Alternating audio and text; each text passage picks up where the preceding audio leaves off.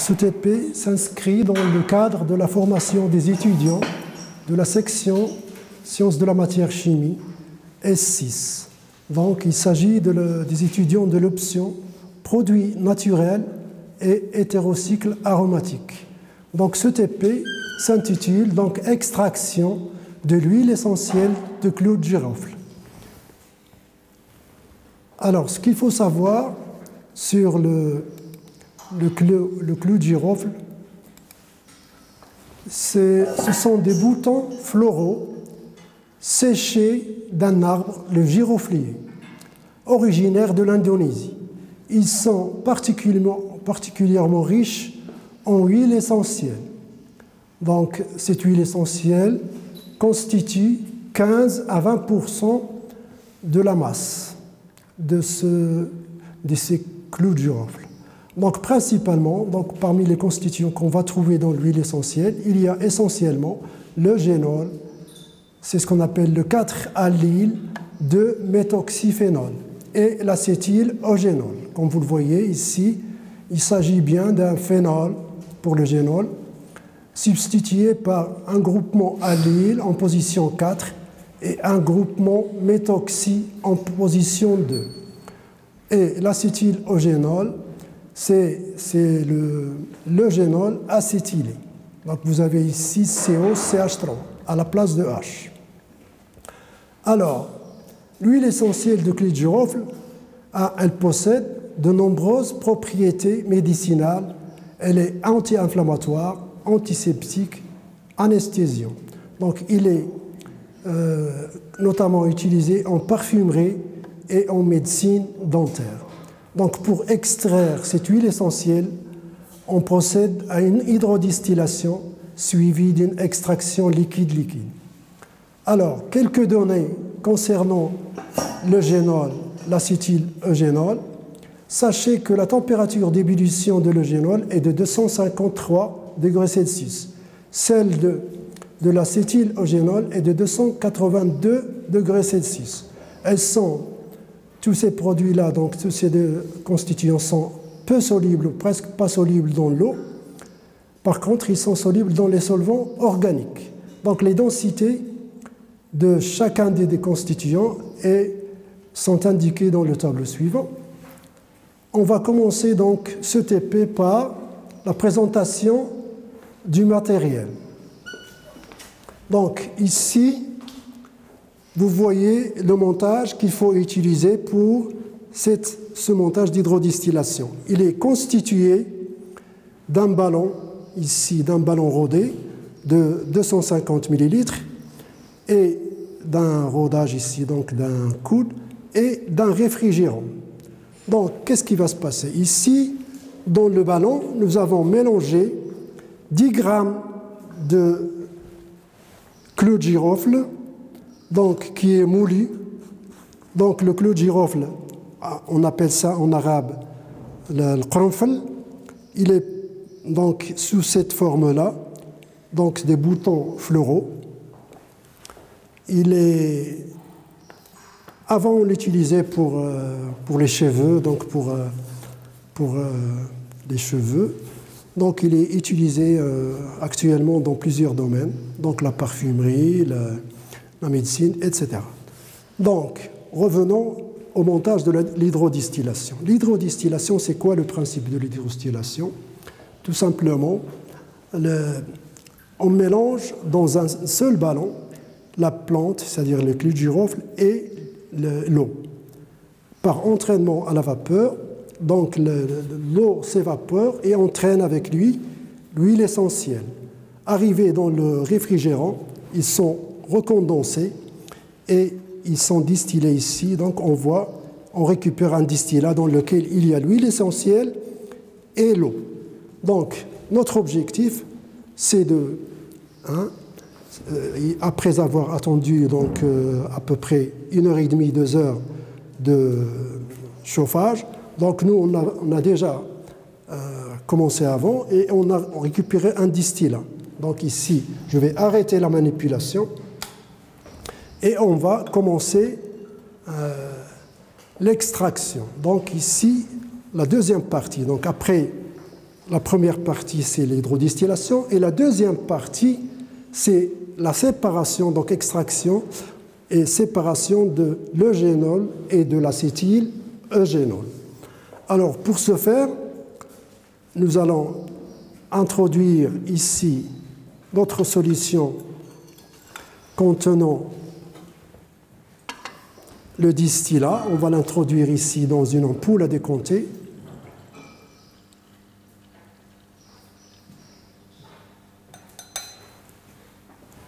Alors, ensuite, qu'est-ce qu'on va faire?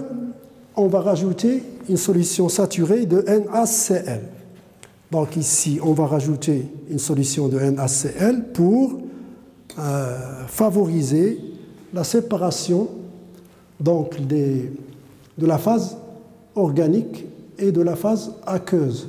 Alors, donc, on va revenir donc, à la manipulation. Donc, on introduit 10 grammes de clou de girofle dans un ballon, donc dans le ballon d'hydrodistillation. On ajoute à peu près 100 millilitres d'eau distillée et quelques grains de pierre ponce ou bien de la brique pilée. On réalise donc le montage, on porte le mélange à ébullition après avoir alimenté donc le réfrigérant à l'eau, on recueille le distillat. Donc c'est ce qu'on a fait jusqu'à ce que la température des vapeurs soit constante. On stoppe l'hydrodistillation lorsque la température des vapeurs varie à nouveau. Alors, le montage de l'hydrodistillation est le suivant. Donc, comme vous le voyez, il est constitué d'un réfrigérant, d'un ballon donc ici. Alors, ici, il y a une entrée d'eau. Ici, c'est la sortie d'eau. On introduit l'eau et les clous de girofle. Ici, donc, c'est pour la température. Alors, ensuite, donc, comme je vous ai dit, on a introduit notre solution, notre distillat ici, les 60 millilitres. On a rajouté une solution de NaCl saturé, donc pour favoriser le relargage, donc pour la séparation donc des deux phases. Notre eugénol, lui, il est insoluble dans la phase, presque pas soluble dans la phase aqueuse, mais il est soluble dans une phase organique, qui est le dichlorométhane. Donc on va rajouter 10 millilitres de dichlorométhane. Qu'est-ce qu'on va faire? On va secouer un peu. Donc de cette manière, on ouvre le robinet pour enlever la pression. La même chose, donc 2 à 3 fois.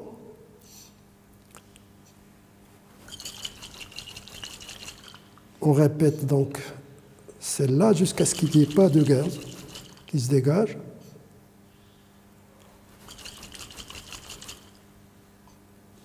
Et on laisse décompter. Comme vous le voyez, ici on a deux phases. On a une phase organique et on a une phase aqueuse. Ici, la phase organique, qui est le dichlorométhane, donc il a une densité de 1,33. Sa densité est supérieure à celle de l'eau. Donc, la phase organique va être en dessous.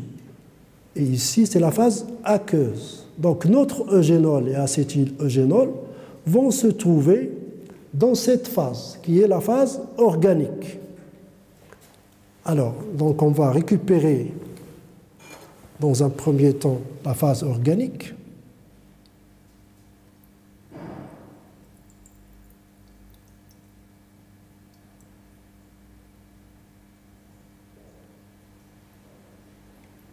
Voilà, donc ça, c'est la phase organique dans laquelle il y a l'eugénol et l'acétyl-eugénol. On fait l'extraction 2 ou 3 fois avec le dichlorométhane. Donc, je rajoute 10 millilitres de dichlorométhane que je vais réintroduire. Je vais introduire dans l'ampoule à décompter, dans la phase aqueuse. Alors, j'agite comme tout à l'heure.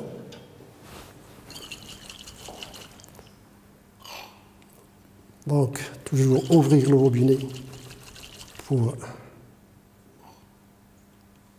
enlever donc la pression.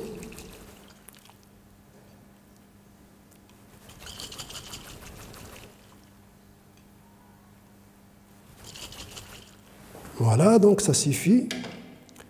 On laisse décompter et on récupère la phase organique. On va mélanger avec la phase organique qu'on a récupérée dans un premier temps.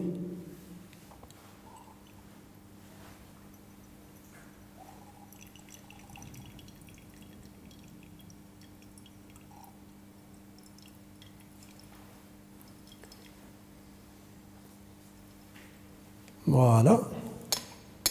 On va faire une troisième fois pour être sûr qu'il ne reste pas de génol dans la phase aqueuse.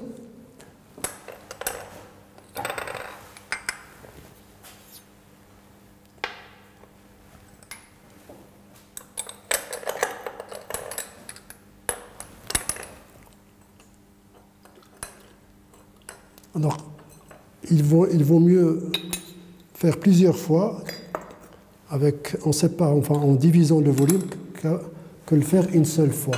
Donc il faut plusieurs fois, c'est mieux. On récupère tout le génol qu'on a dans la phase aqueuse. Alors, toujours donc agiter. Donc c'est obligatoire pour essayer de mettre en contact le dichlorométhane avec le génol pour le récupérer.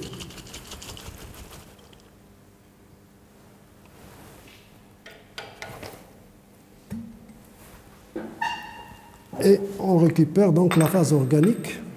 On mélange ici donc la phase organique et ici toujours la phase aqueuse. Pour une fois, en général c'est l'inverse qu'on a, mais ici c'est parce que le dichlorométhane il a une densité supérieure à celle de l'eau. Donc nous avons ici les trois. Voilà. Donc on a récupéré ici la phase organique qui contient donc le qui contient, bien sûr c'est la phase de dichlorométhane, mais qui contient le génol et l'acétyl-eugénol. Donc cette solution, on n'en a pas besoin, mais on va la garder quand même. C'est la phase aqueuse.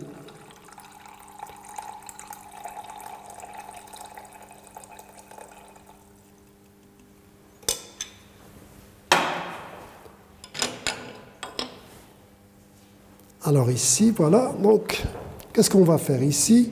Nous avons les deux constituants qui sont mélangés. On va essayer de les séparer.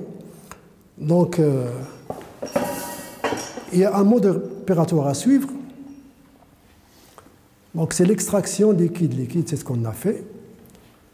Donc, on a ajouté une spatule de chlorure de sodium, c'est ce qu'on a fait pour relargage. On a agité jusqu'à dissolution du chlorure de sodium, puis on a versé le mélange dans une ampoule à décompter, donc c'est ça l'ampoule à décompter. Ensuite, on a laissé décompter, cette opération on l'a faite. Donc ensuite, on rajoute 10 ml de dichlorométhane au mélange afin d'extraire le génol et l'acétyl-eugénol de la phase aqueuse. On agite et on isole la phase organique. On répète l'opération, on l'a répété 3 fois. On rassemble les phases organiques qui nous intéressent, ainsi isolées, dans un bécher. Donc, elles sont ici dans le bécher. Alors, ensuite, ce qu'on va faire, c'est qu'on va séparer le génol de l'acétyl-eugénol. Donc, l'huile essentielle de clou de girofle contient 2 espèces chimiques, donc majoritairement le génol et l'acétyl-eugénol. Afin d'isoler le génol, il est possible de procéder à une extraction liquide-liquide en utilisant les propriétés acido-basiques de l'eugénol. Sachez que le génol, c'est un phénol, donc le H est un comportement acide. Donc si on rajoute une base NaOH à ce phénol, qu'est-ce qu'il va faire? Il va arracher H+. Donc on aura FiO-. Donc ce phi au moins, donc ce qu'on appelle le génolate, il va être soluble. Par contre, lui, il va solubiliser dans la phase aqueuse. Et l'acétyl-eugénol va rester dans la phase organique. Donc comme ça, on aura séparé les deux constituants. Donc pour ce faire, qu'est-ce qu'on va faire? On va remettre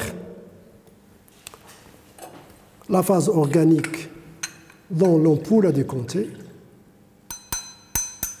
et on va rajouter donc 15 ml de NaOH. On a préparé. Donc NaOH, c'est déjà préparé, 2,10-1 mol par litre. On va rajouter 15 ml. Donc on aura une réaction acido-basique entre le phénol et NaOH. Donc le phénol, c'est l'acide, et NaOH qui va jouer le rôle de la base.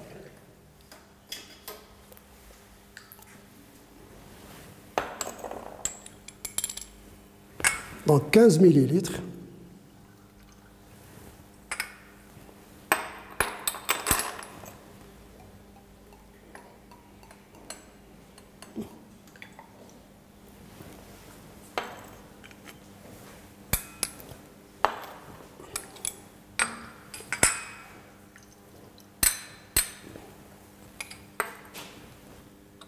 On va agiter, comme tout à l'heure.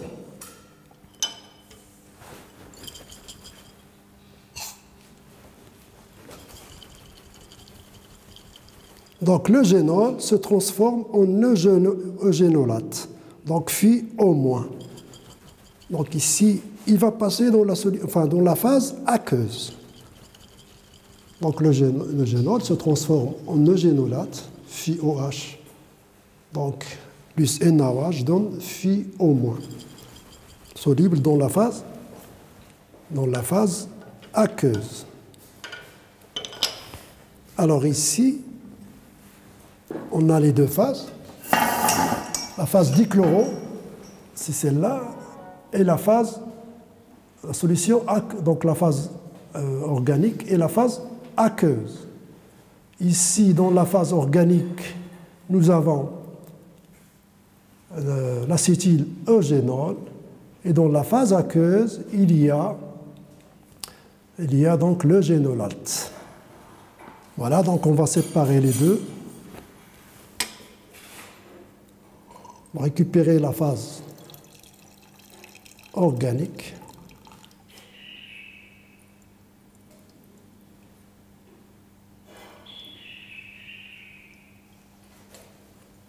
Dans la phase organique, il y a l'acétyl-eugénol. Et dans la phase aqueuse, ici, il y a le génolate. Donc, qu'est-ce qu'on va faire? On va remettre la phase organique et on va rajouter 15 ml de NaOH.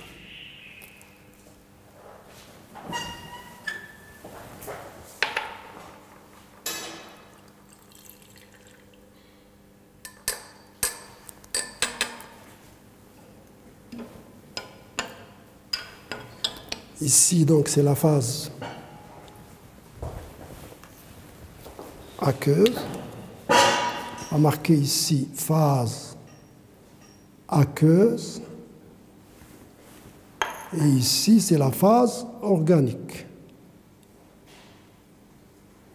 La phase organique, c'est l'acétyl-eugénol.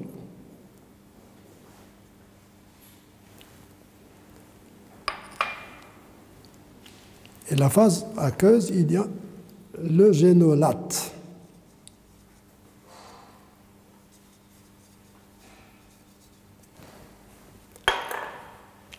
On va remettre la phase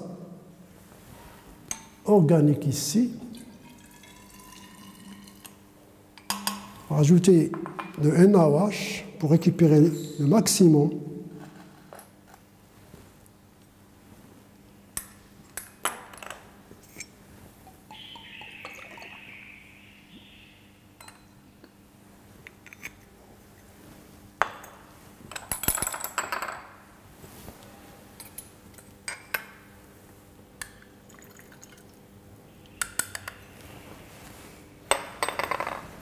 Donc ici, la phase organique et la phase aqueuse.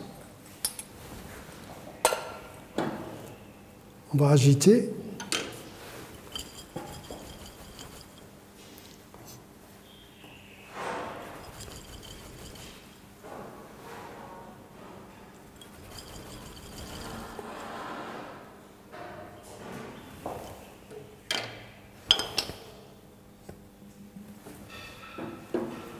Voilà, donc là, la phase organique, elle est là. Et la phase aqueuse, toujours, est ici. Donc, normalement, dans la phase aqueuse, il y a un peu de génolate. Et dans la phase, ici, organique, il y a l'acétyl-eugénol. Donc, l'acétyl-eugénol, pour nous, maintenant, il est presque fin prêt. On va le récupérer dans un bécher propre et sec.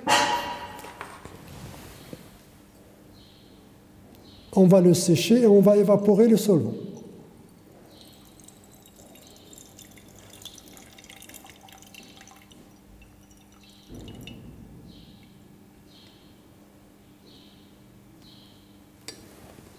Voilà, donc ça c'est l'acétyl-eugénol qu'on va sécher avec MgSO4. On va la garder ici. Donc acétyl-eugénol.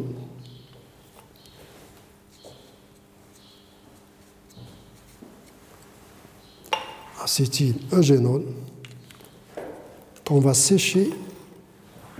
On va récupérer donc la phase aqueuse. On va récupérer les phases aqueuses qu'on va rassembler. Voilà. Donc ça c'est le génolate. Alors il est sous forme de phi au moins. Qu'est-ce qu'on va faire? Donc, comme vous le voyez ici, donc, on est en train de faire cette opération. Le génol peu soluble dans l'eau et qui se trouve dans la phase organique peut être extrait par une solution aqueuse de soude. C'est ce qu'on a fait. Donc, les ions OH, donc moins présents dans la soude, permettent la modification de la fonction phénol en ion phénolate, qui lui est très soluble dans l'eau, car c'est un ion, donc il est soluble dans la phase aqueuse. Ah, on introduit donc le reste de la phase organique, c'est ce qu'on a fait. On a récupéré les phases organiques d'un côté et les phases aqueuses de l'autre côté. On recommence donc l'extraction, c'est ce qu'on a fait, tout ça on l'a déjà fait. Alors ensuite, on va essayer donc de régénérer, c'est ce qu'on appelle donc une régénération de l'eugénol, à partir de l'eugénolate. Donc pour ce faire, qu'est-ce qu'on va faire? On va acidifier le milieu, puisqu'on est dans un milieu basique. Donc on va acidifier pour retourner dans un milieu acide. D'accord? Donc on va introduire dans la phase aqueuse une solution d'acide chlorhydrique qu'on a déjà préparée. Donc une solution d'acide chlorhydrique de 10-1 mol/litre. Voilà, donc on va, ici, si on regarde normalement cette solution, elle doit être basique. Donc on peut vérifier avec du papier pH.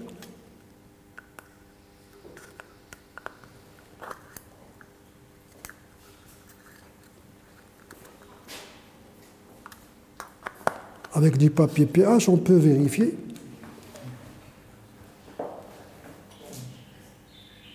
Voilà, donc la solution, elle est, comme vous le voyez, elle est bleue. Donc ça veut dire qu'on est bien en milieu basique. On va donc, qu'est-ce qu'on va faire? On va acidifier le milieu. Donc jusqu'à ce qu'on ait un pH qui soit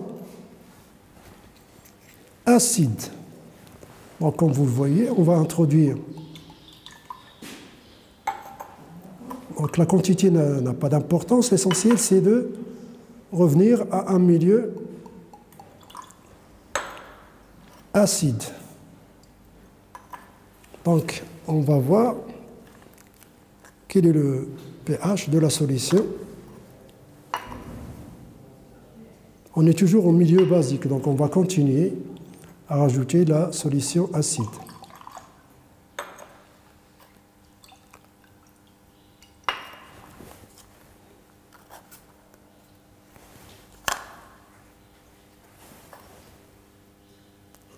toujours une solution basique.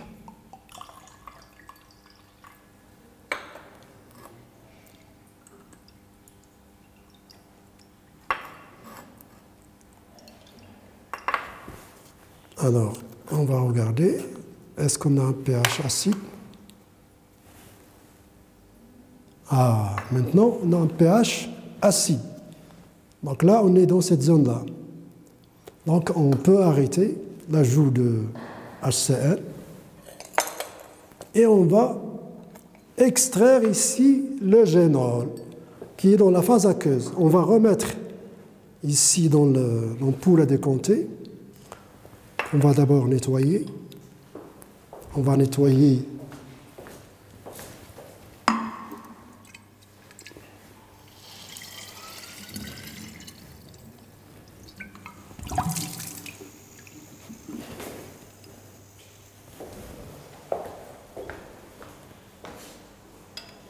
on va introduire donc notre solution, notre phase aqueuse, et on va tout simplement extraire avec le dichlorométhane.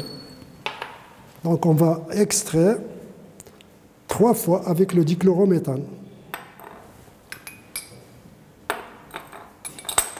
On va extraire donc avec 3 fois 10 millilitres. Le dichlorométhane. Donc là, on a 2 phases, comme tout à l'heure. Donc une phase organique qui est ici en bas et une phase aqueuse qui est en haut. Tout simplement parce qu'on a dit tout à l'heure que la densité de dichlorométhane est de 1,33. Donc on va agiter.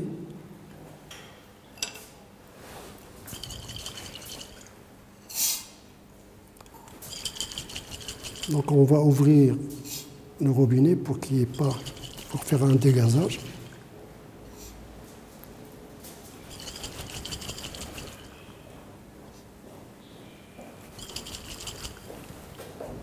Et on récupère, ce qui nous intéresse, c'est la phase organique. La phase organique est en bas, donc il est en bas, d'accord? Et la phase aqueuse est en haut. Donc on va le laisser se décompter. Et donc on va passer un petit peu donc ici. Donc qu'est-ce qu'on va faire? On va récupérer les phases organiques qui contiennent le génol. On va les sécher dans MgSO4 et on va évaporer le solvant. Comme ça, on aura récupéré notre eugénol. Donc, ce qu'il faut savoir, c'est que lors de la manipulation, on a eu affaire à ce qu'on appelle un hétéroazéotrope. Pourquoi? Tout simplement parce que on avait dit tout à l'heure, parmi les données de l'eugénol, il a une température d'ébullition de l'ordre de 253. La température d'ébullition de l'eau est est égale à 100 degrés Celsius. Et si on mélange si on fait donc un mélange entre donc l'eugénol et l'eau, on obtient ce qu'on appelle un mélange hétéroazéotrope. Donc l'eugénol peut distiller à une température inférieure à 100 degrés Celsius. Alors, tout simplement, quel est l'avantage de cette méthode? C'est tout simplement d'éviter la dégradation de l'eugénol d'une part, et ça facilite la distillation. Voilà donc ce qu'il faut retenir concernant donc ce mélange eugénol-eau. Alors, on revient ici.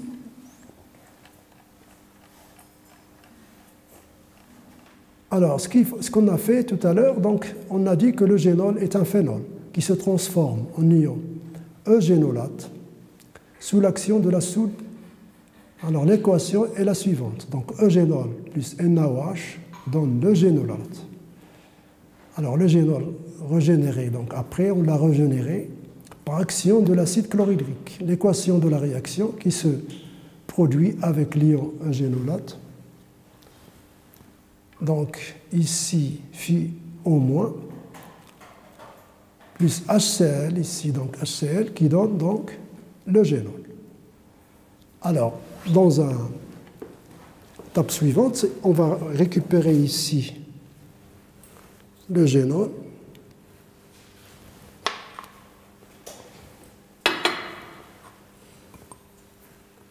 On va récupérer le génol. Donc ça, c'est la première extraction.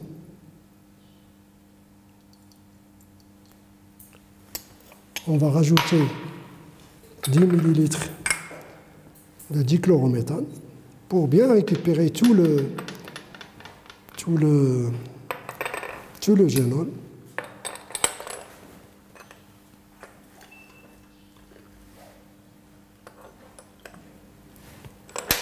On récupère donc le génol.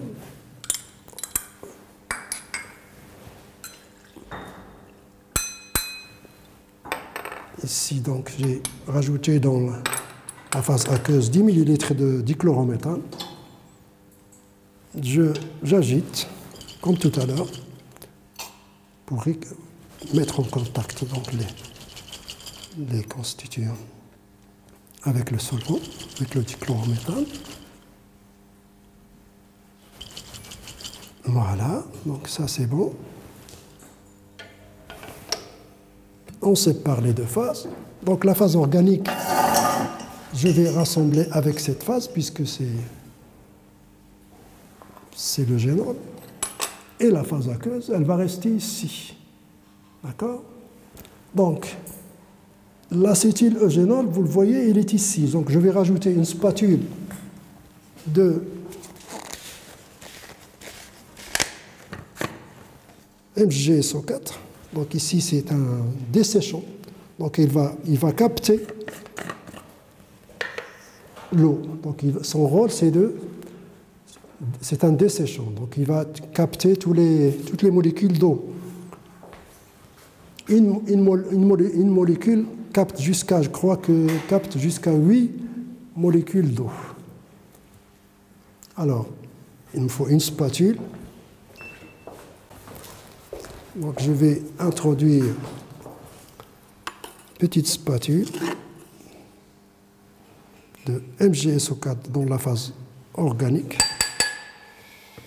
Ça, c'est l'acétyl-eugénol, n'oubliez pas.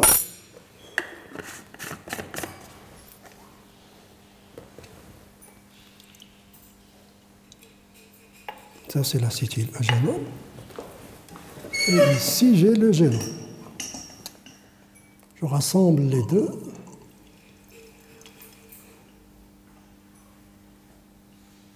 Voilà. On fait ça une troisième fois. Extraction avec le dichlorométhane.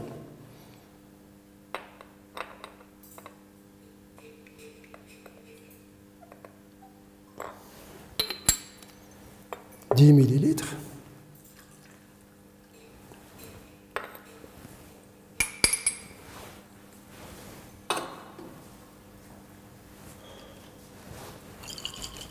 Alors, on agite toujours.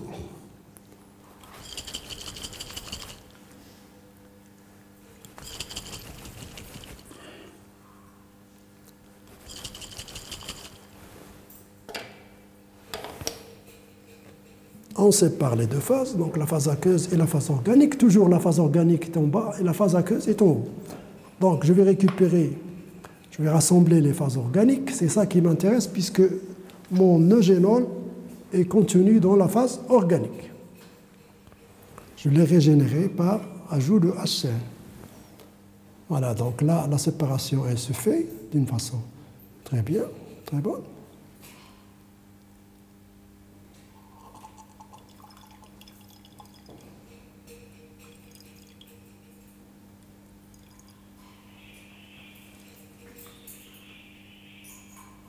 Voilà, donc ça c'est la phase organique, donc qui contient le génol.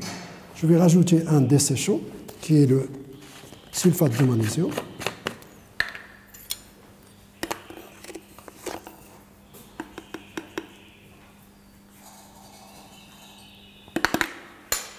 Et ensuite, qu'est-ce que je fais? Tout simplement, donc, ici c'est le génol, je vais prépeser, j'ai déjà prépesé mon ballon, donc il a une pesée de 70 grammes, 4, et je vais introduire ici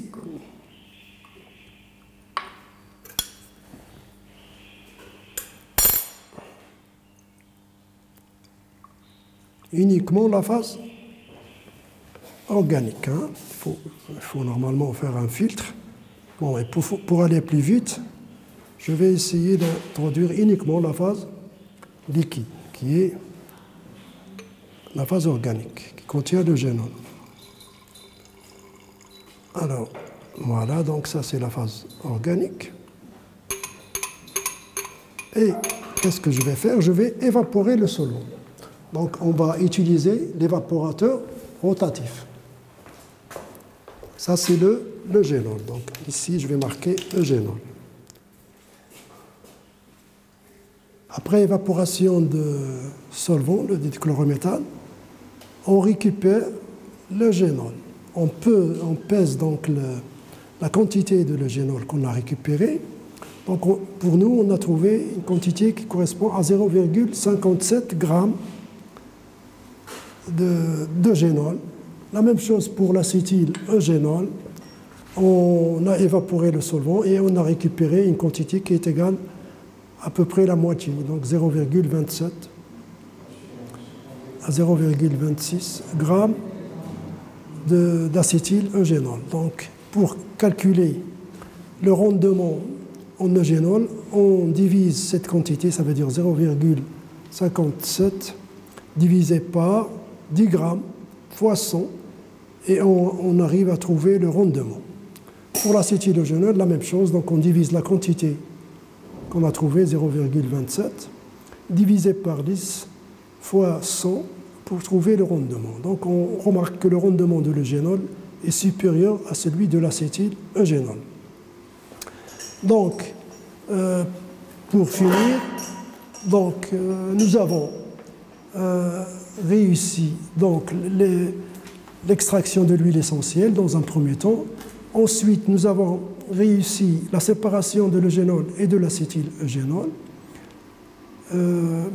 Donc, reste pour l'étudiant d'approfondir cette notion d'hydrodistillation et de séparation et de l'extraction liquide-liquide pour approfondir donc les connaissances sur ces deux